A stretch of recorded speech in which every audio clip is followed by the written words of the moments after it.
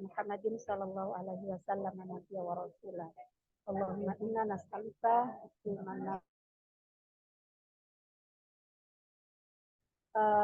Mbak Novi dan Oma, terima kasih sudah meluangkan waktu untuk belajar bareng.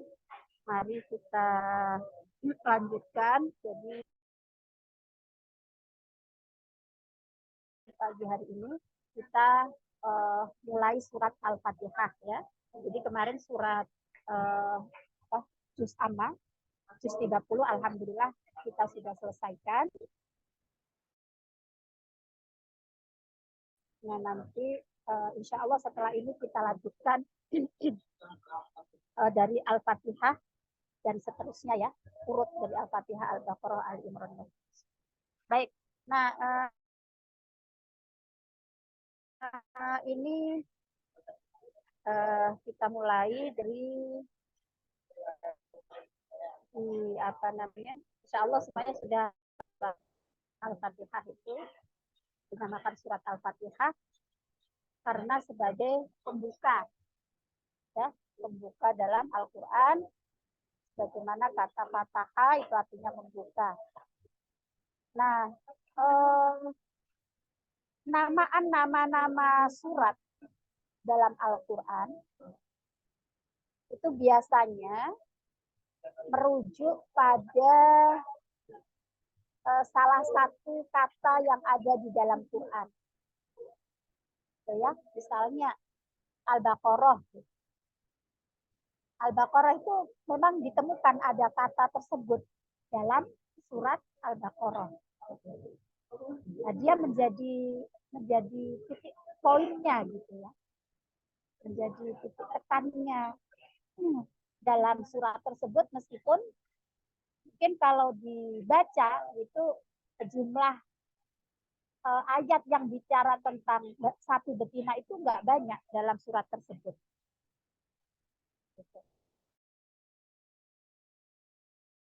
Dalam ayat surat tersebut dan dia menjadi pembahasan utama. Nah, misalnya Ali Imran. Ali Imran itu ya tentu ada kata Imran di disebutkan iqalat imra'atu Imrana. 35 kalau nggak salah ya. Dan 33 itu inna Allah astafa Adama wa Nuhan wa ala Ibrahim wa ala Imrana alal alamin. Misalnya An-Nisa juga ada kata Nisa di situ. Maidah juga ada. Nah, ada dua surat dalam Quran ya. Itu yang namanya tersebut dalam surat tersebut. Dalam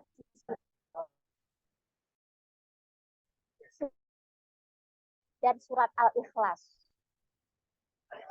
Surat Al-Ikhlas itu nggak ada kata ikhlas di dalam surat Al-Ikhlas. Bagaimana surat Al-Fatihah itu nggak ada kata Fatihah. Nah, jadi sedia ada rahasia. Ya. Nah, surat Al-Fatihah ini terdiri dari 7 ayat. Ya. Termasuk Makkiyah.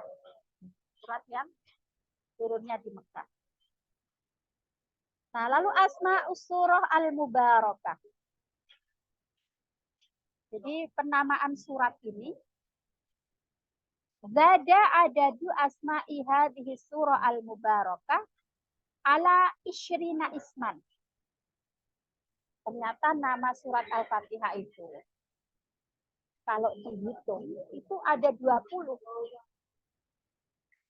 Ada sampai 20 nama. Kama dzukira dzalika as-Suyuti fil Itqan. Sebagaimana dalam kitab Al-Itqan fi Ulumil Quran karya Jalaluddin As-Suyuti disebutkan bahwa surat Al-Fatihah itu punya 20 nama. Nazkuru ba'dhan minha. Kata penulis kitab ini, kami nyebutkan sebagian aja di sini. Ya. Apa saja? Al-Fatihah, Ummul Kitab, ya, Alhamdu, As-Sab'ul Matsani, dan Al-Kafiyah. Jadi ini diantara nama-nama surat Al-Fatihah. Al-Fatihah, Ummul Kitab, Alhamdu, As-Sab'ul Matsani, Al-Kafiyah, dan Asy-Syafiyah. Nah, yang disebutkan di sini cuma 6, berarti masih ada 14 nama lagi. Oke, berikutnya. Munasabatut tasniyah. Relevansi penamaan. Ya. Dinamakan surat Al-Fatihah karena apa? Liftitahil Qur'anil Karim biha. Karena Al-Qur'an itu dibuka dengan Al-Fatihah. Lalu yang kedua dinamakan Ummul Kitab. Li'annaha ishtamalat ala jami'i maqasididdin. Ummul Kitab itu kan artinya induknya kitab ya, induknya Al-Qur'an ini adalah Al-Fatihah. Kenapa dinamakan begitu? Karena ishtamalat, mencakup ala jami'i maqasididdin. Mencakup seluruh maksud dan tujuan dari agama. Kemudian dinamakan surat Alhamdu li'annaha budiat bil hamdi. Ya, surat ini dimulai dengan alhamdulillahirabbil alamin. Surat ini juga disebut As-Sab'ul Matsani. 7 ayat yang diulang-ulang. Kenapa dinamakan begitu? Li'annallaha ta'ala sammaha bihadzal ismi suratul Hijr.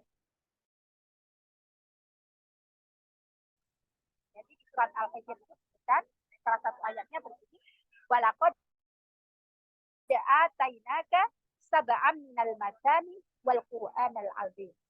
Dan sesungguhnya kami ya telah memberi kalian, berikan kepada kalian 7 ayat yang dibaca berulang-ulang dan Al-Qur'an yang agung. Nah, As-Sab'ul Matsani di sini 7 ayat yang diulang-ulang itu adalah Al-Fatihah. Ya, karena 7 ayat itu ya kita baca sholat aja 17 kali ya kan. Belum lagi nanti kita baca misalnya untuk doa sakit, untuk apalagi lah ya, banyak sekali kan kita memulai pekerjaan dengan membaca Al-Fatihah misalnya. Jadi 7 ayat ini sering diulang-ulang. Dan inilah yang disebut dengan As-Sab'ul Matsani. Oke. Kemudian berikutnya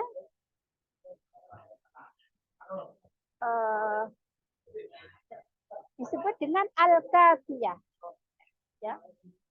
Al-Kafiyah maknanya apa? Li'annaha takfi fi sholati an ghairiha.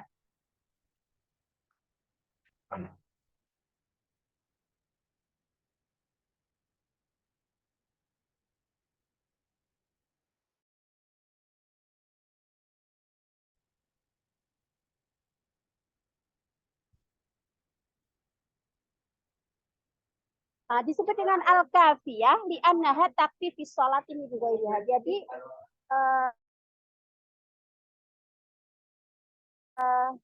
karena sholat itu tidak cukup gitu ya, min ghairiha. Maksudnya gini, kalau kita membaca, kalau kita sholat nggak membaca Al-Fatihah, itu kan nggak sah sholat.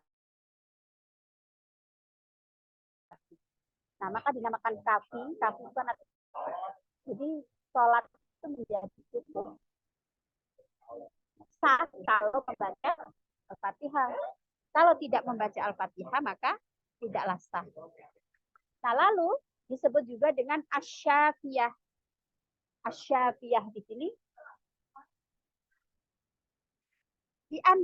liqaulin nabi wa ma yudrika annaha ruqyah. Sudah sering ya mendengar istilah ruqyah ya.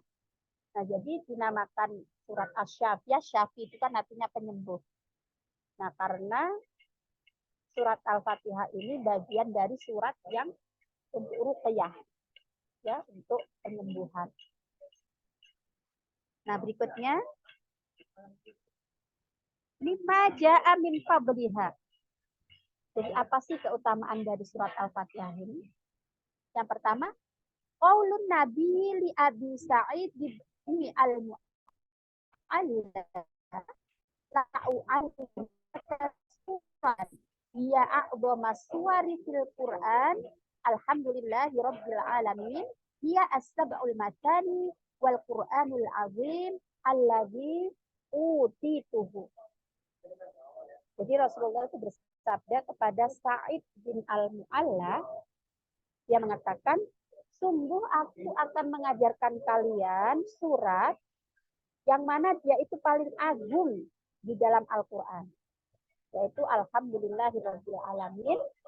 Dia itu surat yang disebut As-Sab'ul Masani, 7 ayat yang diulang-ulang, wal Qur'anul azim, dan Quran yang mulia, alladzi uti tuhu, yang aku diberikannya, gitu kata Nabi. Maksudnya mendapatkan wahyu surat ini. Kemudian yang kedua, qala Rasulullah bersabda lagi, waladzi nafsi biyadihi ma unzila fit Taurah wala fil Injil wala fil Zabur wala fil Furqan mithluha. Wa innaha la sab'un minal masani wal Qur'anul azim alladzi tu'tituhu. Waladzi nafsi demi dua aku gitu. Jadi yang ada dalam genggamannya, nah unzilat fit Taurah, tidaklah diturunkan dalam Taurat, dalam Injil, dalam Zabur, ya.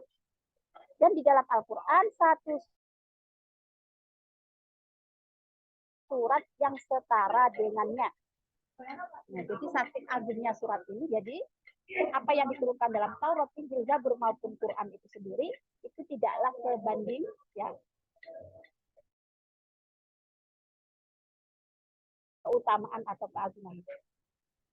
Sungguh ia wa innaha, sesungguhnya ia sab'un minal masani, 7 ayat yang diulang-ulang, wal Qur'anil azim alladzi utituhu, yang aku diberikannya, aku diberi. Nah,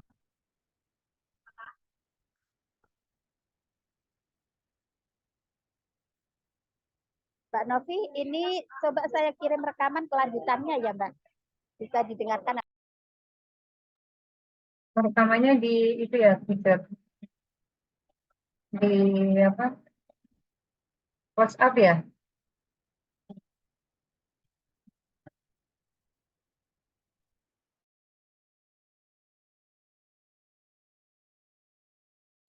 Bentar Mbak Nov, tadi saya itu ngerekam mulai dari muwafaqah ini Mbak.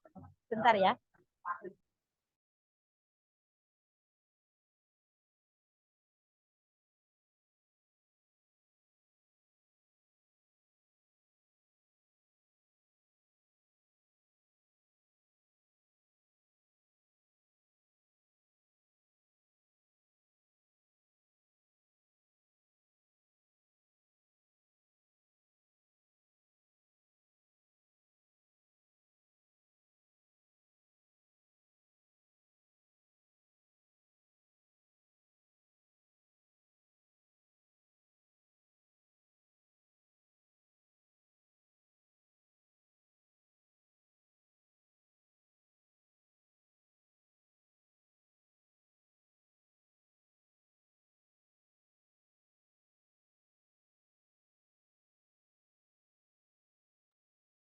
Halo Mbak Novi.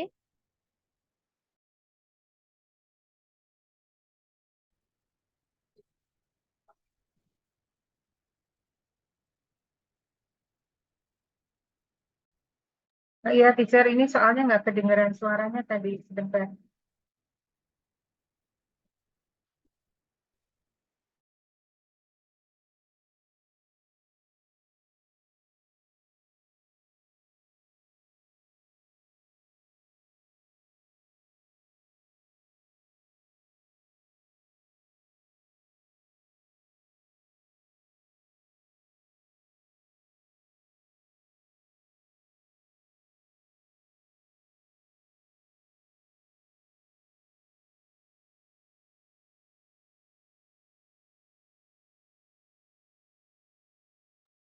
Teacher, maaf ya. Ini kok nggak kedengeran ya rekamannya?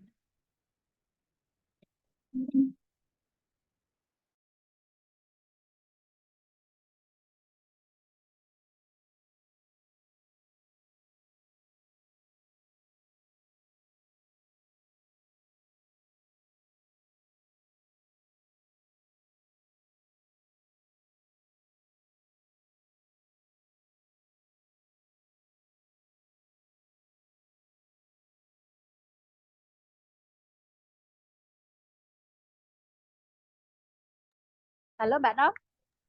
Iya, teacher. Ini saya udah coba, tapi suaranya nggak kedengeran. Oh, oke, oke, nggak apa-apa. Saya lanjutkan aja kalau gitu, Mbak. Ya. Tapi kan tadi kalau itu biar baik. Bismillahirrahmanirrahim. Kita lanjutkan muwafaqatu awali surah li akhiriha.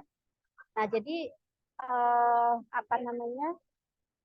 Surat dalam Quran itu ya, itu walaupun diturunkan dalam rentang waktu 23 tahun ya, dan selama turun itu kan tidak langsung dibukukan ya. Jadi tercecer dulu di dituliskannya di gitu kan, di batu gitu. Nah, baru di zaman sahabat itu kan kemudian diinisiasi, jadi Rasulullah sudah wafat, lalu Umar ya kalau nggak salah itu menginisiasi untuk. Nah, tapi peletakan ayat-ayat Quran yang turun dalam rentang waktu 23 tahun itu kan melalui wahyu Allah kepada Nabi ya, atau istilahnya disebut dengan taufik, ya perintah Allah given gitu. Nah, tapi sesuatu yang menakjubkan ya, peletakannya itu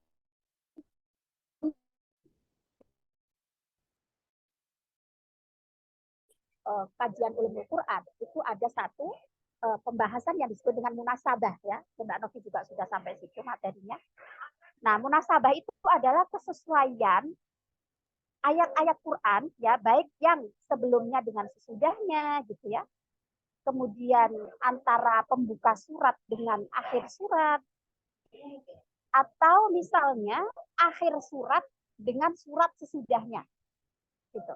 Jadi misalnya gini ya, contoh tuh di surat Al-Qalam, nanti kalau sempat buka ya, di surat Al-Qalam itu kan dan ayat kedua kalau nggak salah atau ketiga itu ada ayat yang berbunyi ma'anta binikmati rabbika bimajnun, ada kata majnun di situ kan.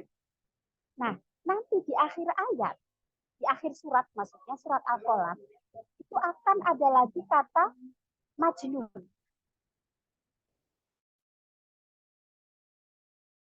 Fasbir li hukmi rabbika wala takun kaswahidil huti ibnada wa huwa maqdum fajtabahu rabbuhu faj'alahu minas solihin. Lalu wa iyyaka billadina kafaru la yuzlir wa yaquluna innahu la majnun. Nah, jadi di pembuka surat dan hampir penutup surat itu ditemukan kata majnun. Padahal kalau kita beda tahun gitu ya, yang di awal surat itu kapan turunnya, yang di akhir kapan turunnya, tapi ketika ditemukan dalam satu surat itu bisa ditemukan benang merah atau kesesuaian seindah itu. Nah, itulah Al-Quran, surat dan penutup surat. Nah, kesesuaian itu juga di akhir surat, ya, misalnya di surat Al-Qalam, akan ketemu juga relevansinya dengan di awal surat sesudahnya. Misalnya setelah surat Al-Qalam itu apa sih? Surat Al-Haqqah misalnya. Nah, di surat Al-Haqqah itu nanti akan ada kesesuaian dengan di akhir surat Al-Qalam. Kesesuaian itu bisa jadi dalam bentuk redaksi, yang itu bisa kita pahami secara zahir. Misalnya kata majnun tadi kan, nah itu kan bisa segera kita pahami karena katanya sama, kata-katanya gitu. Tapi ada yang relevansinya atau kesesuaiannya, munasabahnya itu ditemukan melalui makna. Jadi bukan kata atau kalimatnya, tetapi makna di balik. Nah, ini biasanya yang butuh apa ya, perenungan dalam. Biasanya mufasir yang bisa menemukan. Gitu. Nah, kalau surat Al-Fatihah ini contohnya adalah surat pembukanya dimulai dengan alhamdulillah dan diakhiri dengan ihdinas siratal mustaqim. Nah, itu kan secara kata kan mungkin enggak.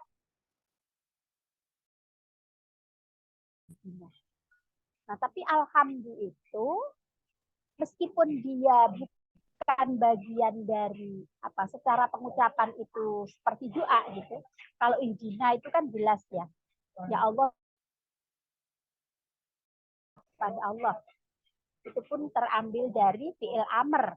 Ya kan, fi'il amr itu artinya perintah. Cuman kalau untuk Allah sih nggak perintah ya. Kalau Allah kan memohon. Nah, di situ ada permohonan kepada Allah, ada doa mustaqim dalamnya. Nah, tapi di awal itu menggunakan alhamdulillah, tidak menggunakan kata perintah yang menunjukkan pada doa. Memohon kepada Allah. Tetapi ini menemukan relevansinya, kesesuaiannya ketika kita merujuk kepada hadis Nabi. Maka di situ disebutkan ya, muwafaqatu awali surah li akhiriha. Nah, kilahuma muwafiqun lil akhir. Keduanya itu sesuai dengan yang lain. Haitu yang mana innal hamda du'aun. Karena pujian itu juga doa. Kama ja'a fil hadis, sebagaimana hadis Nabi mengatakan afdhalul dzikri la ilaha illallah. Baik-baik zikir itu adalah la ilaha illallah. Wa afdhalul du'a, dan sebaik-baik doa itu adalah alhamdulillah. Wa dzalika, dan karena itu li'anna man bada'a du'a'ahu bil hamdi, karena itu siapa yang doanya dimulai dengan alhamdulillah wa kana 'ala Allah, dan pujian pada Allah, kana ahra bil ijabah wal qabul. Itu lebih pantas untuk diijabah dan diterima oleh Allah. Jadi kan di antara ada berdoa itu kan kita kan diajarkan ya dengan sholawat, misalnya dengan istighfar, ya, dengan tasbih, dengan tahmid. Jadi kita memulai doa itu dengan zikir-zikir seperti itu. Gitu. Nah, Mbak Novi, Mbak Dini, Bu Dini, mungkin karena kita juga cuma bertiga, sementara saya akhiri sampai sini dulu, Mbak ya. Iya, teacher, nggak apa-apa. Insya Allah kita lanjutkan pekan depan. Ini masih banyak sih pembahasannya, supaya yang lain juga nggak tertinggal banyak gitu. Oke, mari kita akhiri dengan al-asr dan kafaratul majelis. Bismillahirrahmanirrahim. Wal asr innal insana lafi khusr illal ladzina amanu wa amilus solihati wa tawassaw bil haqqi wa tawassaw bis sabr. Subhanakallahumma bihamdik asyhadu an la ilaha illa anta astaghfiruka wa atubu ilaik walhamdulillahirabbil alamin. Semoga manfaat walaupun sedikit yang kita kaji pagi ini. Terima kasih. Maaf. Ya, assalamualaikum warahmatullahi wabarakatuh. Waalaikumsalam. Terima kasih, Terima teacher. kasih. Lahir batin. Insya Allah sehat terus, teacher. Ya, assalamualaikum. Waalaikumsalam warahmatullahi wabarakatuh. Wabarakatuh.